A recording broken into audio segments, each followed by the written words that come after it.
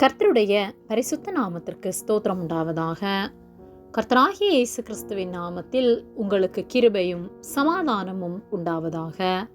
இந்த நாளுக்குரிய தியானத்திற்கான தேவ வார்த்தை எரேமியா அதிகாரம் 2 வசனம் 22. நீ உன்னை உவர் மண்ணினாலே கழுவி அதிக சவுக்காரத்தை கையாடினாலும் உன் அக்கிரமத்தின் கரைகள் எனக்கு முன்பாக இருக்கும் என்று கர்த்தராகிய ஆண்டவர் சொல்லுகிறார்.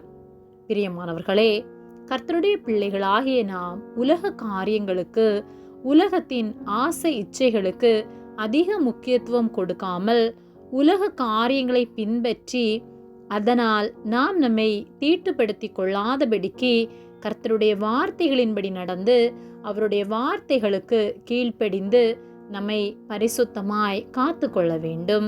எரேமியா 2:21 முதல் 23 வரை உள்ள வசனங்களில், நான் உன்னை முற்றிலும் நற்கனி தரும் உயர்குல திராட்சை செடியாக நாட்டினேன். நீ எனக்கு காட்டு திராட்சை செடியின் ஆகாத கொடிகளாய் மாறிப்போனது என்ன?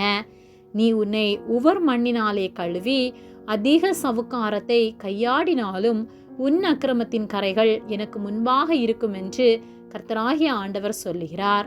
நான் தீட்டுப்படவில்லை, நான் பாகால்களை பின்பற்றவில்லை என்று நீ எப்படி சொல்லுகிறாய்? பள்ளத்தாக்கிலே நீ நடக்கிற மார்க்கத்தை பார், நீ செய்ததை உணர்ந்து கொள்.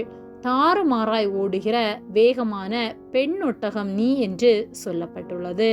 கர்த்தர் அவருடைய சாயலாக நம்மை உருவாக்கினார். அவரை போல நற்கிரியை செய்கிறவர்களாய், பரிசுத்தமுள்ளவர்களாய், கரையற்றவர்களாய் வாழ வேண்டும் என்று சொல்லி நல்ல கனி தருகிறவர்களாய் வாழ வேண்டும் என்று கர்த்தர் நம்மை உருவாக்கினார். ஆனால் நாம் எப்படிப்பட்டவர்களாய் வாழ்ந்து கொண்டிருக்கின்றோம் என்பதை நாம் ஆராய்ந்து பார்க்க வேண்டும். பாவம் செய்து மனிதன் தன் கரங்களினால் உண்டு பண்ணின விக்கிரகங்களை தெய்வமாக எண்ணி அதை நாடி ஓடி உலக காரியங்களை பின்பற்றி பொல்லாதவைகளை செய்து பிறரை துன்பப்படுத்தி அதனால் பொருட்களை சம்பாதித்து பொருளாசை உடையவர்களாய் நாம் வாழ்ந்து கொண்டிருக்கின்றோமா என்பதை சிந்தித்து பார்க்க வேண்டும். நாம் நடக்கிற மார்க்கத்தை நாம் ஆராய்ந்து அறிந்து நம்மை சீர்படுத்தி கொள்ள வேண்டும். ஒருவேளை நாம் பாவ வாழ்விலே உலக கரையினால் நம்மை தீட்டுப்படுத்தி பாவம் செய்து பொல்லாத காரியங்களை செய்து கர்த்தருக்கு பிரியமில்லாதவர்களாய் நாம் வாழ்வோமானால் நாம் நம்மை சீர்படுத்தி கர்த்தராகிய இயேசு கிறிஸ்துவை விசுவாசித்து ஏற்றுக்கொண்டு அவருடைய பரிசுத்த இரத்தத்தினால் நம்மை கழுவி நம்மை சுத்திகரிக்க வேண்டும். இல்லை என்றால் நாம் நித்திய ஆக்கினை அடைவோம். தூய்மைப்படுத்துகிற எந்த பொருட்களினாலும் நாம் அதிகமாக நம்மை கழுவி தூய்மைப்படுத்தினாலும் நம்முடைய பாவக்கரைகள் நம்மை விட்டு நீங்காது. நம்மை பாவத்திலிருந்து விடுவிக்க கர்த்தரால் மட்டுமே கூடும். அவருடைய பரிசுத்த இரத்தம் நமக்காக, நம்முடைய பாவங்களுக்காக சிந்தப்பட்டுள்ளது. அவருடைய இரத்தத்தினால் நாம் தூய்மையாக்கப்படவில்லை என்றால் நம்முடைய பாவம் நம்மை விட்டு விலகாது.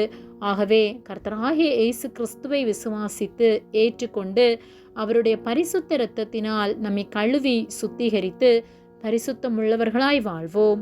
பரிசுத்தம் இல்லாமல் தேவனை தரிசிப்பதென்பது கூடாத காரியம். பாவத்தின் சம்பளமாகிய மரணத்திலிருந்து நம்மை விடுவிக்கும்படியாக கர்த்தராகிய இயேசு கிறிஸ்து இந்த உலகத்தில் நமக்காக வந்தார். ஆகவே அவருடைய இரத்தத்தினால் நம்மை சுத்திகரித்து அவருக்கு உண்மை உள்ளவர்களாய் வாழ்ந்து அவர் வார்த்தைகளுக்கு கீழ்ப்படிந்து அவர் பிள்ளைகளாய் வாழ்வோம். பரலோக ராஜ்யத்தை சுதந்திரித்துக் கொள்வோம். ஆமேன். ஜெபம். எங்களை அதிகமாக நேசித்து வழிநடத்தி வருகிற எங்கள் அன்பின் பரிசுத்த பிதாவே, இந்த நாளையும் நாங்கள் காணும்படியாக நீர் எங்களுக்கு ஜீவனை தந்த உம்முடைய அன்பிற்காக நாங்கள் உமக்கு நன்றி செலுத்துகின்றோம். நாங்கள் தியானித்த வார்த்தையின்படி நாங்கள் உவர் மண்ணினாலே எங்களை கழுவி சுத்திகரிக்காமல் உம்முடைய பரிசுத்த இரத்தத்தினால் எங்களை கழுவி சுத்திகரித்து ஒவ்வொரு நாளும் உமக்கு பிரியமுள்ளவர்களாய் பரிசுத்தமாய் உம்முடைய நாமத்தை மகிமைப்படுத்துகிற வாழ்க்கை வாழ நீர் எங்களுக்கு உதவி செய்யும்படியாய் ஜெபிக்கின்றோம். உம்முடைய வார்த்தைகளை கைக்கொள்ள நீர் எங்களுக்கு ஞானத்தையும் புத்தியையும் தரும்படியாய் ஜெபிக்கின்றோம்.